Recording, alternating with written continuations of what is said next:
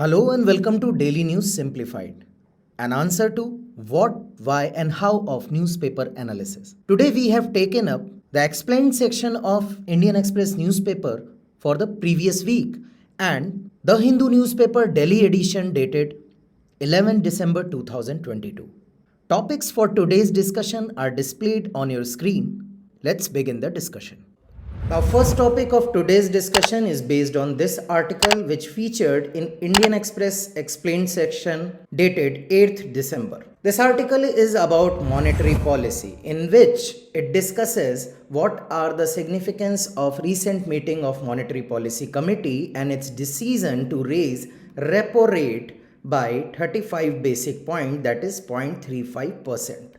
Now, if you will look at General Studies Paper 3 syllabus, it mentions Indian economy and issues relating to the planning, mobilization of resources, growth and development. You can also refer to UPSC mains question which has been asked in 2019. It was a 10 marker question and it asks you about your view about a steady GDP growth and low inflation and its impact on Indian economy. If you will look from the preliminary perspective, UPSC has been asking question based on importance of monetary policy and various facets relating to it. As in 2017, it has asked question based on Monetary Policy Committee, while in 2020, it has asked question about the implications of RBI's expansionist monetary policy. Now try to attempt these questions and give your answers in the comment box given below.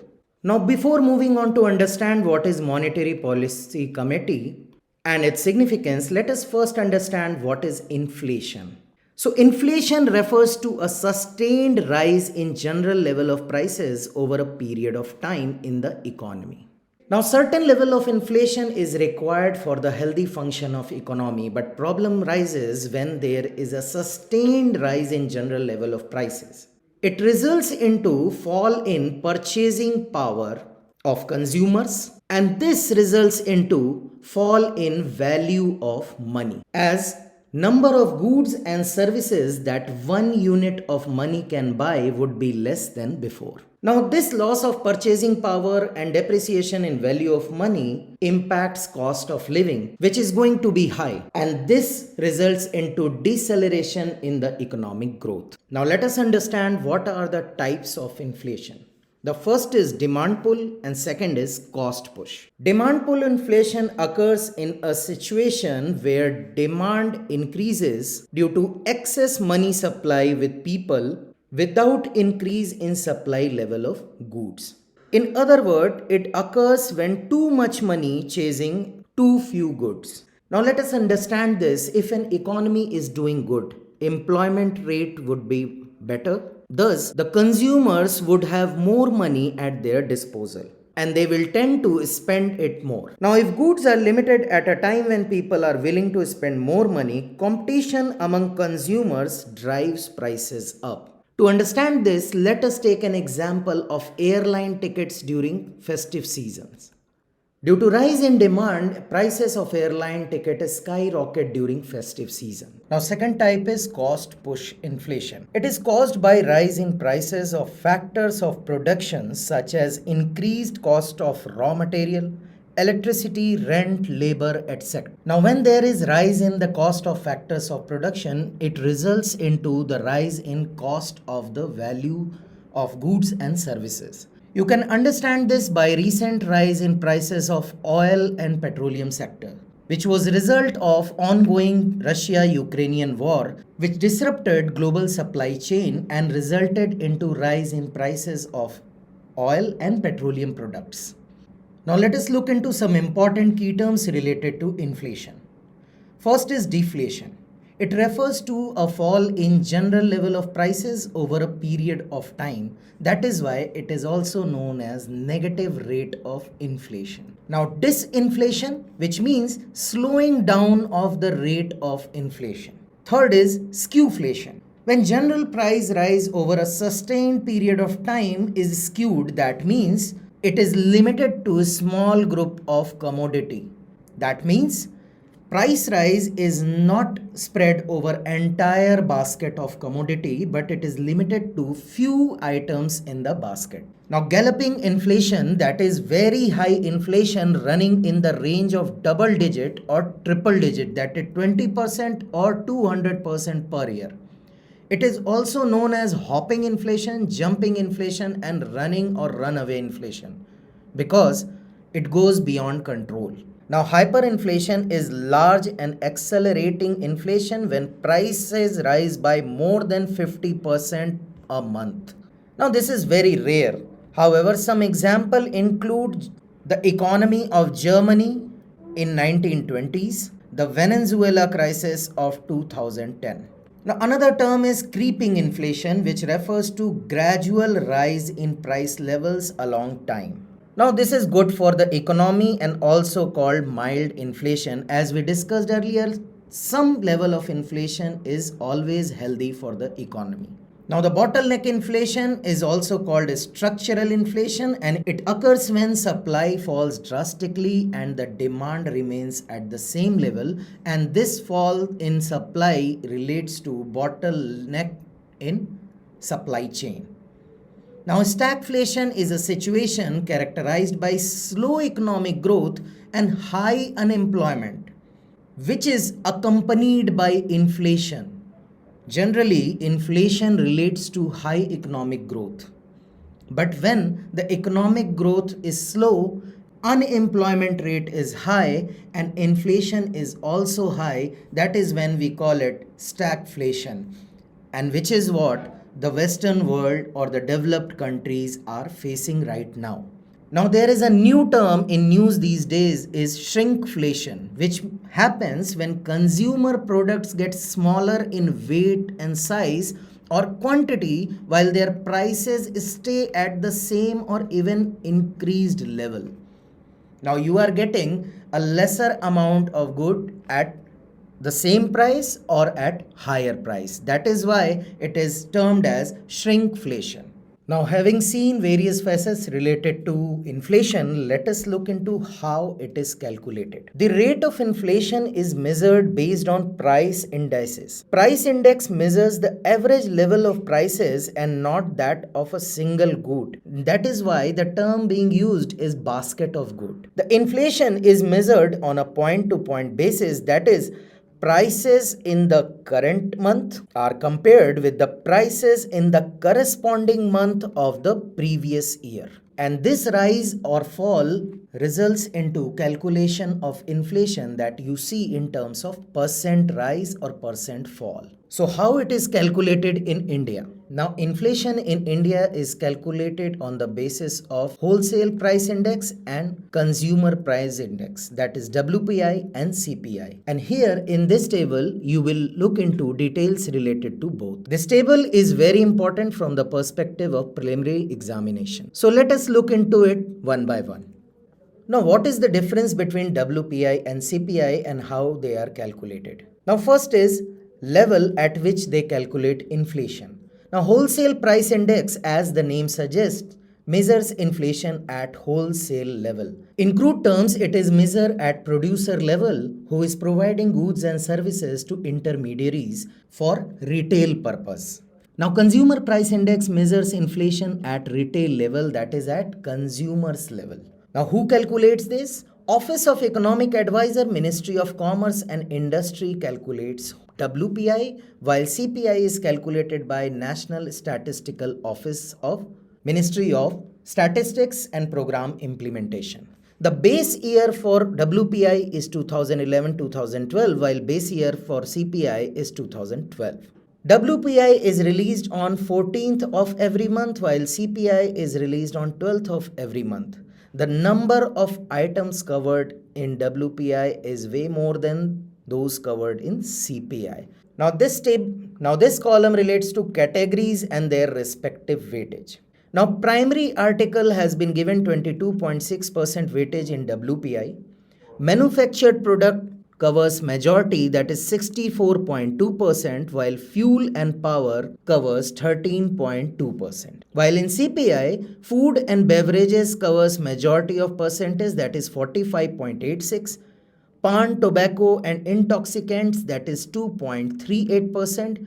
Clothing and footwear is 6.53 and housing 10%. Fuel and light 6.84, which includes electricity, LPG, kerosene, etc. and it does not include petrol and diesel. While others like education, healthcare, transportation and communication covers 28.32% weightage. So question can be asked, which of the following articles have the highest weightage in WPI or CPI? You don't need to remember exact figures. Now you have been hearing news regarding food inflation, so let us have a look at weightage given to food article. While WPI gives it 24%, CPI gives it 39%. Now as you have seen, WPI gives lesser weightage to food products. So impact of increase in food items will be less on WPI as compared to CPI, which gives the weightage of 39%. Now you have already seen highest weightage has been given to manufacturing products in WPI, while CPI gives highest weightage to food and beverages. Are services included? WPI doesn't include services, while CPI includes services in its calculation. WPI also does not include indirect taxes, and WPI is also not targeted by RBI. While CPI includes indirect taxes and RBI is required to maintain CPI rate of inflation of 4% with a deviation of 2%. That means inflation rate has an upper tolerance level up to 6% and lower tolerance level is 2%. And RBI is mandated to maintain this level of inflation, subjected to variation up to this limit and downwards up to 2%. Now the article also talks about headline and core inflation. And what does these terms mean? The headline inflation simply refers to inflation in the CPI or WPI, covering all the categories of goods and services. On the other hand, the core inflation excludes the volatile categories such as food and fuel to measure the increase in prices of goods and services. Hence, a drastic fall in food and fuel prices can bring down the headline inflation as it includes all the categories to a large extent. However, the core inflation may remain unaffected as it excludes volatile categories. So question arises, what to target? Presently, as you have seen, RBI targets CPI headline rate of inflation and not the core inflation. In this regard, Economic Survey 2020-2021 has highlighted that sole focus on CPI headline rate of inflation may not be appropriate on account of number of reasons. Accordingly, it has recommended that a greater focus on core inflation is warranted. And it has given several reasons for it. First is, headline inflation may take due to volatility in prices of crude oil and food commodities. However, RBI has no control on either of two. So tackling CPI headline inflation would not be prudent for RBI. Second reason it has given is, most of the time inflation in food commodity is transitory and may not require any policy action by the RBI. Thirdly, if the RBI tries to control inflation due to volatility in prices of food commodities, it can prove to be counterproductive. For example, to control inflation, rate of interest would increase, which will result into decline in investment and consumption expenditure, and which will result into economic slowdown. Now, fourthly, it gives a reason that to measure inflation correctly, weightage must be assigned to different categories of commodities depending upon their share in the household expenditure. Now, as you know, CPI gives a weightage of almost 45% to food commodities. According to Economic Survey, the share of food commodities in the household expenditure has been declining since 2011 and 2012.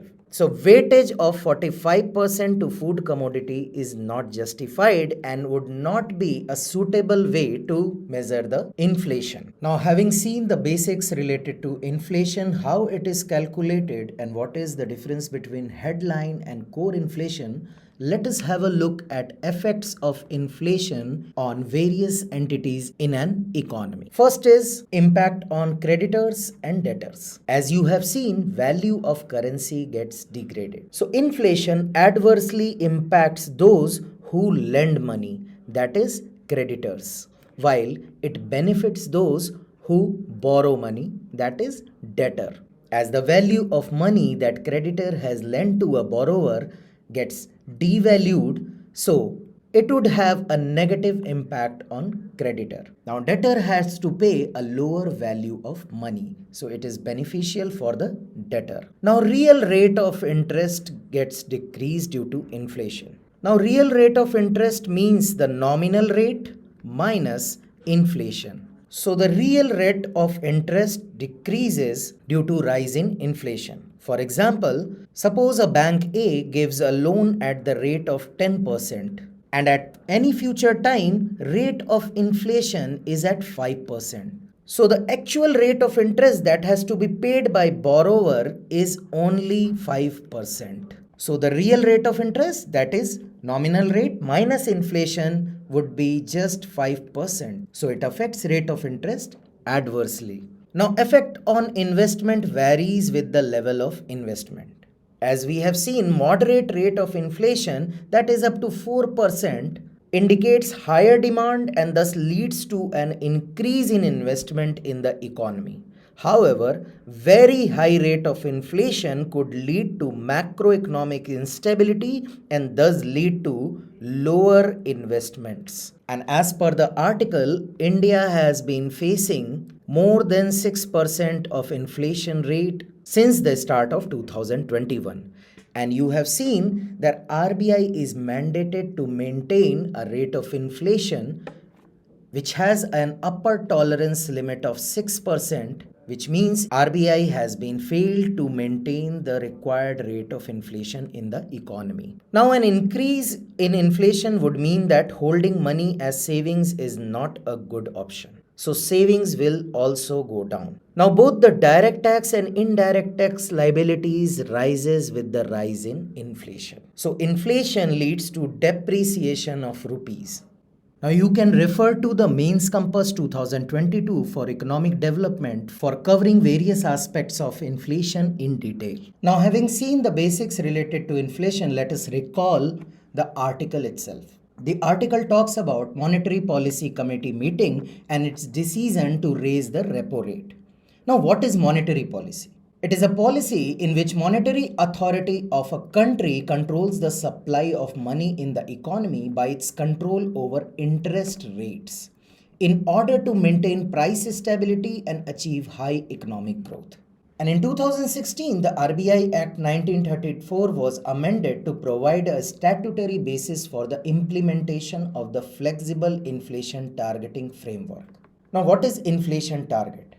Under Section 45ZA, the central government in consultation with RBI determines the inflation target in terms of the consumer price index once in 5 years and notifies it in the official gazette, which you have learned that in case of India is 4% with a tolerance limit of 2%, that is 6% upper limit and 2% lower limit. Now section 45ZB of the RBI Act provides for the constitution of a 6-member monetary policy committee to determine the policy rate required to achieve the inflation target. Now it includes RBI governor, who acts as an ex officio chairperson, a deputy governor who is in charge of monetary policy, an officer of the bank who is appointed by the central board, and 3 eminent personalities from economic field appointed by central government for the tenure of 4 years or any further order. Now MPC determines the policy repo rate required to achieve the inflation target. The MPC is required to meet at least 4 times in a year The quorum for the meeting of MPC is 4 members. Now each member of MPC has 1 vote, and in case of tie, the governor has a second or casting vote. Now this amendment also provides for a report by RBI to the government in case of its failure to maintain the inflation target. As we have seen, since the start of 2022, the inflation rates have been persistently up and above the upper ceiling of the inflation target. So central government has notified the factors that constitute failure to achieve inflation target. And there are 2 conditions. First is if the average inflation is more than the upper tolerance level of the inflation target for 3 quarters. And second is if inflation target is lower than the lower tolerance level for any 3 consecutive 3 quarters. And in this case, bank has to submit a report to the central government mentioning the reason for failure to achieve inflation target, the remedial action proposed to be taken by the bank, and the estimated time period within which the inflation target shall be achieved pursuant to timely implementation of proposed remedial actions. Now, having learned about the role of Monetary Policy Committee and role of RBI in inflation targeting, there are several direct and indirect instruments that are used for implementing monetary policy. As per the RBI website, following are the monetary policy tools that are available with RBI. In this listing, the repo rate, standing deposit facility rate, that is SDF, the marginal standing facility rate, that is MSF, and reverse repo rate are of more significance. Now you know repo rate is the interest rate at which Reserve Bank provides liquidity under the liquidity adjustment facility to all LAF participants against the collateral of government and other approved security. It means that RBI provides loans to bank against the securities. And when RBI raises the repo rate, it means it is adopting a tight money policy, thus maintaining the liquidity in the market. While reverse repo rate is the interest rate at which the Reserve Bank absorbs liquidity from the market against the collateral of eligible government security under the liquidity adjustment facility. Now, standing deposit facility is the rate at which Reserve Bank accepts uncollateralized deposit, that is deposits that don't need collateral, on an overnight basis from the liquidity adjustment facility participants, that are banks. The SDF rate is placed at 25 basis points below the policy repo rate. That means 0.25% below the repo rate. And with the introduction of SDF in 2022, it has replaced the reverse repo rate as the floor of the LAF corridor. Now the marginal standing facility rate is the penal rate at which bank can borrow on an overnight basis from the Reserve Bank up to a predefined limit of 2% of their statutory liquidity ratio. The MSF rate is placed at 25 basis points above the policy repo rate. So liquidity adjustment facility corridor includes MSF, that is marginal standing facility rate, repo rate, and SDF, that is standing deposit facility rate. And this constitutes the LAF corridor, that is liquidity adjustment facility corridor, where MSF is placed at 25 basis point above the repo rate, and while SDF is placed at 25 basis point below the repo rate. Now, to understand these instruments of monetary policy, their differences and their significance in relation to Indian economy, you can refer to the DNS dated 3rd October 2022 covered by Basava sir. Now, we have already seen economic survey raising concern over covering CPI headline inflation and asking for adopting calculation of core inflation. Another debate relating to monetary policy relates to whether RBI solely focus on price stability or it should adopt flexible inflation targeting. As empirical evidences have shown, price stability is never a guarantee of overall economic stability. So, the post global financial crisis, the dominant view around the world is that flexible inflation targeting rather than pure inflation targeting, that is, price stability, is more efficient for monetary policy formulation. According to flexible inflation targeting, role of central bank would depend on prevailing rate of inflation in the country. If the rate of inflation is way off target, primary emphasis of the central bank would be bringing the rate of inflation within an acceptable range.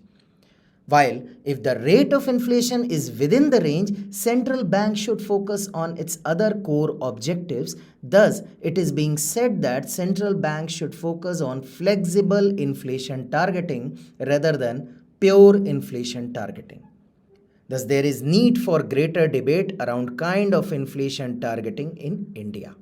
Now, the second topic of today's discussion is related to this term, which featured in the Indian Express page number 15, dated 8th December 2022. It talks about the new term, that is Global South, which is being used in categorization of various countries in today's globalized world. Now, this article talks about the division between Global North and Global South, where Global North refers loosely to countries like US, Canada, Russia, and Australia, while Global South includes countries in Asia, Africa, and South America.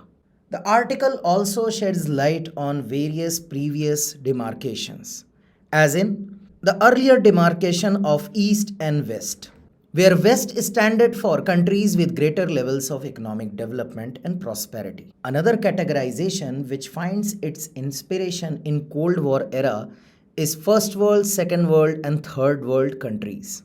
Those who were aligned with US were termed as First World, while the Second World was term used for the countries those who aligned with USSR, and Third World were for non-aligned countries. Now here in this era of multipolar world, the new term Global South and Global North has gained prominence. If you will look into General Studies Paper 2 IR section syllabus, bilateral, regional and global groupings and agreements involving India and affecting India's interest have been mentioned. Previously, questions has been asked on the basis of various engagements which India is a part of.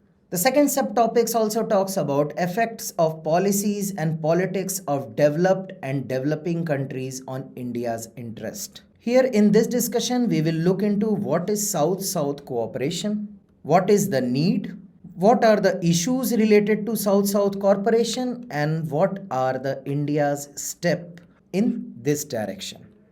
Now the first question is, what is South-South cooperation?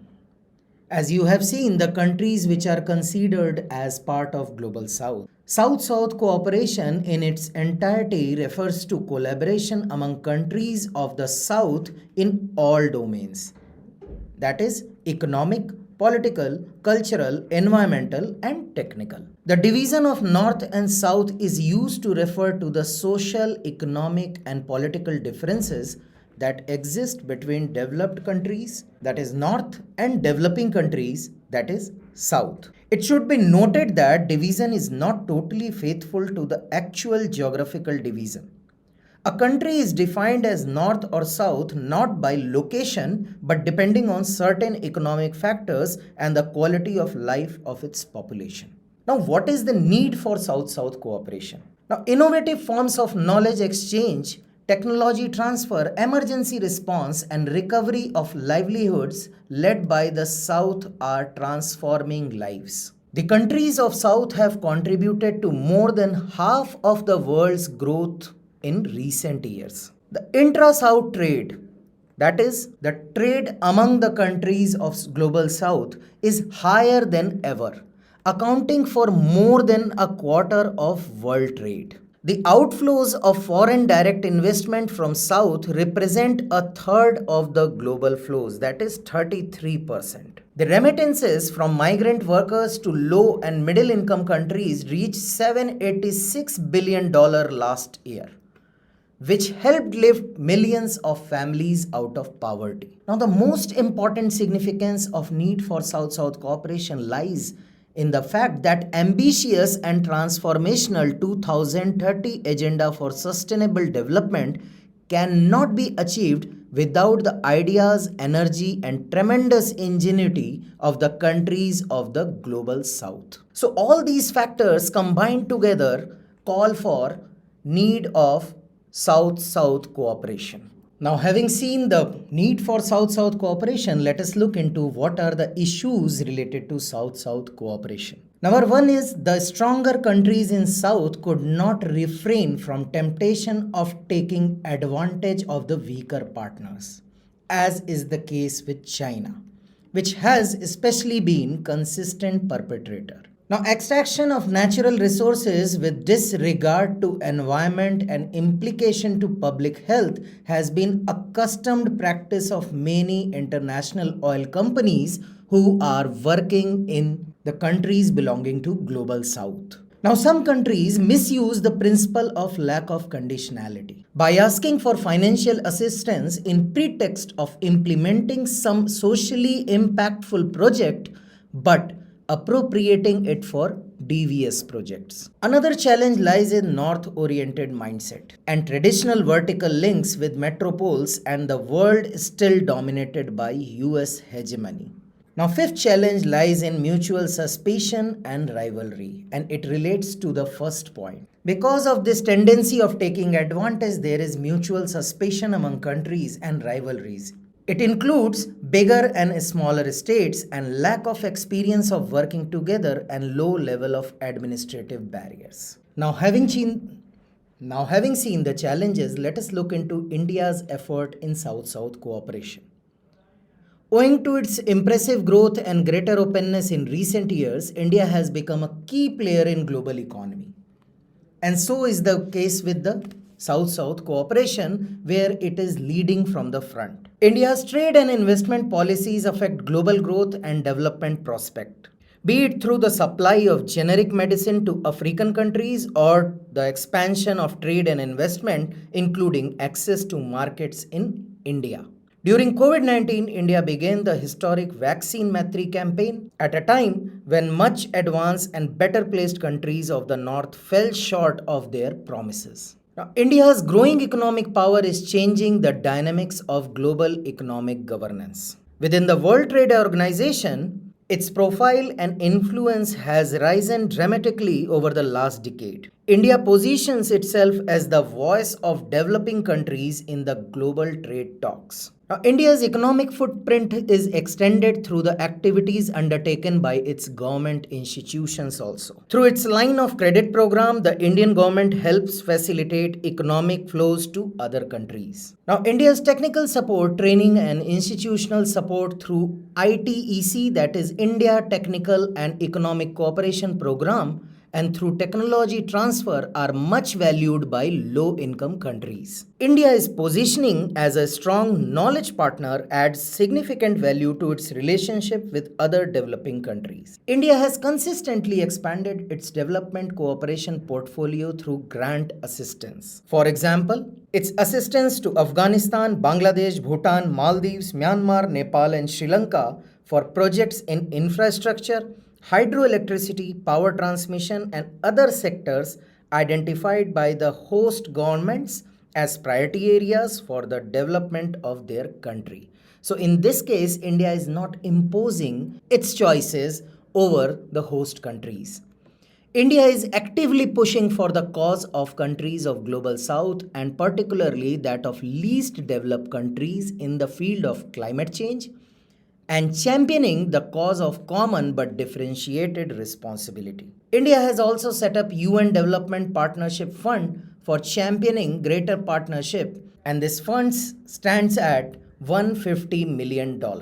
Now, before moving on to the way forward, we must look into some criticism related to this terminology. Now, some argue that this term is too broad and it shares a same type of criticism as the previous demarcations have faced. For example, in such demarcations, countries like China and India are placed along with countries like DRC, that is Democratic Republic of Congo, and other least developed countries. Second challenge or criticism lies at in such groupings, while some countries are rising at a faster pace there is a persistent neglect of Africa. So the way forward for India is it must come to the terms with the fact that Global South is not a coherent group and does not have a single shared agenda. Championing the Global South today would demand more active Indian engagement with the messy regional politics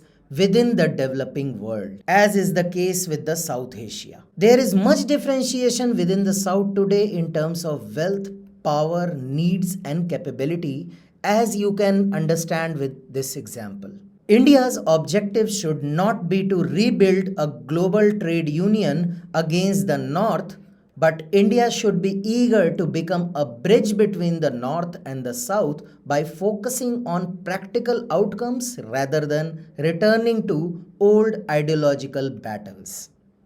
And India has been doing that as well, as India has often portrayed itself as a southwestern power that is capable of building deep partnership with the US and Europe and at the same time championing the interests of the global south. Inspiration for our next discussion comes from this article which featured in online edition of the Indian Express newspaper dated 10th December. This news is about World Bank's new toolkit on making urban transport better for Indian women. Now, World Bank has launched a toolkit on enabling gender-responsive urban mobility and public spaces in India, with an aim of suggesting ways to make public transport in Indian cities more inclusive of women's traveling requirements. The toolkit emphasizes on the importance of integrating a genderless in transport policies and infrastructure, making various recommendations on interventions that can help make urban transport safer, especially for women. Now, this discussion may not be important directly from the perspective of UPSC examination. However, the arguments provided in this discussion can be very useful in writing essay, especially on the topics relating to women issues or challenges to the Indian society. If you will refer to the GS Paper 1 syllabus, urbanization and their problems and remedies are mentioned as a subtopic, while in GS Paper 2, government interventions relating to the vulnerable sections of society is of importance. While second subtopic talks about issues relating to development and management of human resources. So the arguments and highlights and suggestions of this report or toolkit can be utilized while writing essay or your answer in GS Paper 1 or GS Paper 2.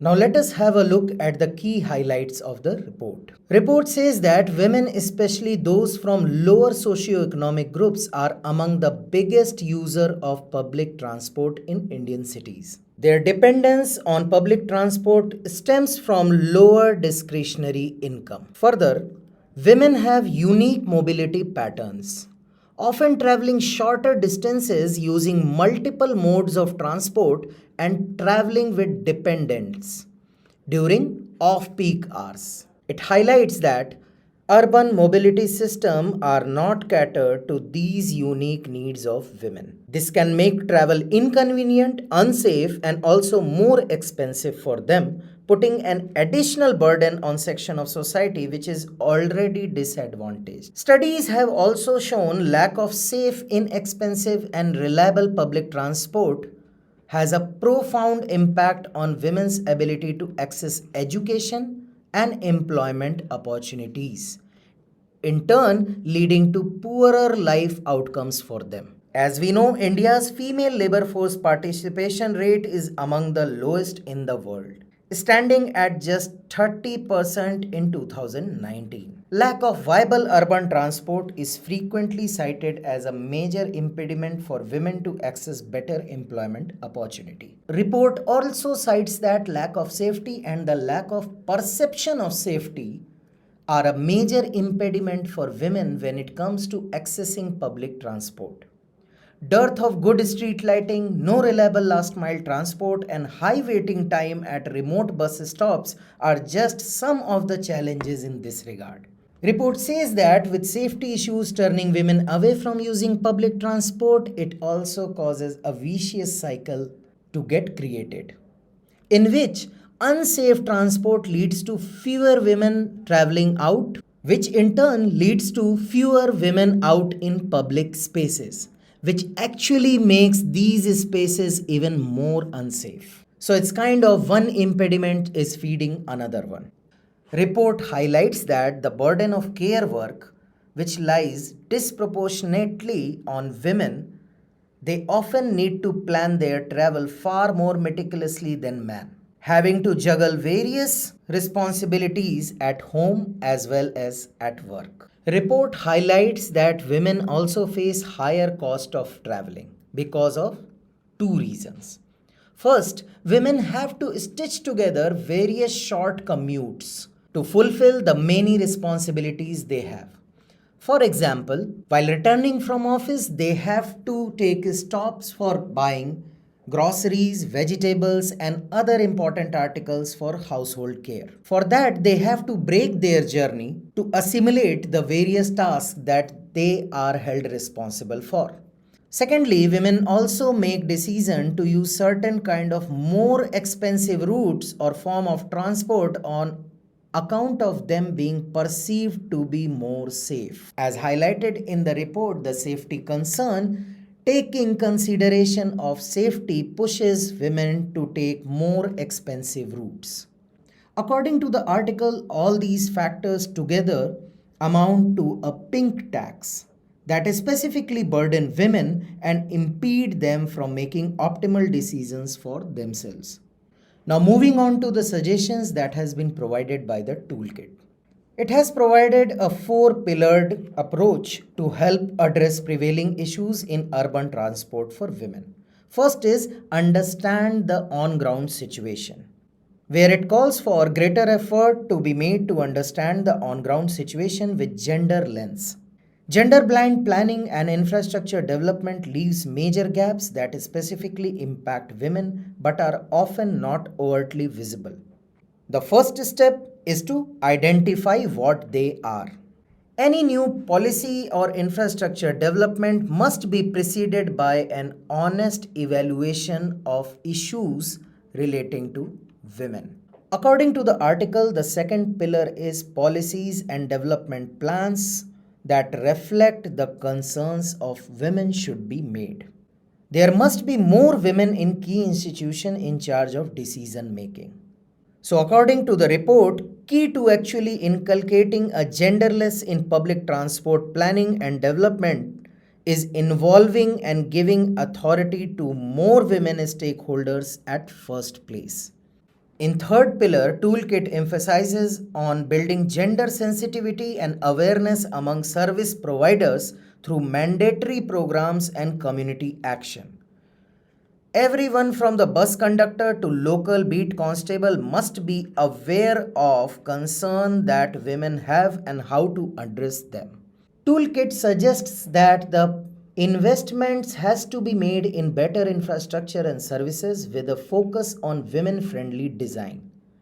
While increasing services and strengthening infrastructure is a good idea in general, if such development is made from specific gender lens, it is far more useful. Some concrete intervention in this regard that toolkit suggests include creation of wide obstruction-free footpaths, street lighting, clear signage, dedicated bicycle lanes, introduction of short and circuitous bus routes, and subsidizing making free public transport for women. Now, according to the author of this article, the point of this toolkit is not to make gender an additional concern for policymakers and developers. Rather, it is to integrate a gender lens into everyday planning and development in order to make our cities safer and more accessible to women. The next discussion is based on this news which featured in the Hindu newspaper dated 11 December 2022 on page number 9. If you look at the General Studies Paper 3 syllabus, agriculture and allied sector make an important theme for UPSC examination. As in 2013, UPSC has asked question that India needs to strengthen measures to promote the pink revolution in food industry for better nutrition and health. Critically elucidate the statement. While in 2015, it has asked question based on livestock rearing. Question was livestock rearing has a big potential for providing non-farm employment and income in rural areas. Discuss suggesting suitable measures to promote this sector in India. Now this news is about the Badri cow breed in the state of Uttarakhand. This cow breed grazes on herbs and shrubs available in the mountain, and its milk has a rich medicinal content and high organic value. However, productivity is very low. So government is planning for its genetic enhancement to increase its productivity. So in our today's discussion, we will look into the significance of livestock farming, various challenges that this sector is facing, government initiative in field of livestock farming, and suggestions or the measures that are needed to improve the productivity of livestock farming in India. Now, animal husbandry output constitutes about 30% of the country's agriculture output. It has another significance. Women constitute 70% of the labor force in livestock sector, as opposed to the 35% women labor force in crop farming. Further, most of the livestock is concentrated in dry land areas with small and marginal farmers. Development of animal husbandry is considered to be more egalitarian as well as inclusive. Now, let us have a look at the significance of livestock farming. It ensures nutritional security as it provides milk, meat, and eggs, which are important for addressing malnutrition problem in the country. Second is it acts as an income source. Livestock provides alternative income to the small and marginal farmers. So it is in line with the goal of doubling the farmers' income. It also addresses the seasonal unemployment of landless labor. It also acts as an insurance to the farmers in case of crop failure. Livestock are considered as a moving bank because of their potentiality to dispose of during emergency. They serve as an asset, and in case of emergencies, they can serve as a guarantee for availing loans from local sources such as money lenders in the villages. Apart from this, livestock also provide fiber such as wool and skin for leather, which are used as raw materials in other industries. As we all know, the dung provides manure and feedstock for biogas. Though India is the owner of highest livestock in the world, but the average milk yield of Indian cattle is much lesser than the world average, and it varies to 20 to 60%. So what are the reasons for such a low productivity? Now, first reason for low productivity is the scarcity of quality fodder. Now, lack of affordable good quality fodder is one of the reasons for low productivity of the Indian cattle. Scarcity of grasslands is one of the major reasons for inadequate availability of quality fodder. Now, second reason is low genetic potential. As you can recall in the news that genetic interventions are being planned in Uttarakhand's Badri cows. Low genetic potential of indigenous cattle affects the productivity adversely. Now, livestock farming is highly neglected as an industry in India. It is always treated as a subsidiary activity to crop production. Now, the prevalence of disease like foot to mouth and brucellosis, etc., are very frequent in India and which affect the population adversely. Recently, you might have heard about outbreak of lumpy skin disease in cattle, which resulted into loss of significant number of livestock in India. Now, another reason is limitations of the artificial insemination. Now, to improve the productivity of indigenous cattle, germplasm of exotic breeds was extensively used for crossing with indigenous breeds, which led to the decrease in the population of indigenous breeds. Though crossbreeding with exotic breeds might improve the productivity temporarily, the offspring cannot adjust to the adverse climatic conditions of India. Secondly, they are also not resistant to the diseases peculiar to the region in which they evolved. Now, another important hurdle which results into the low productivity of Indian livestock is lack of cold storage facilities and lack of forward and backward linkages. That is, from supplier to producer and from producer to consumer. Now, government has taken several steps to incentivize and promote livestock farming in India.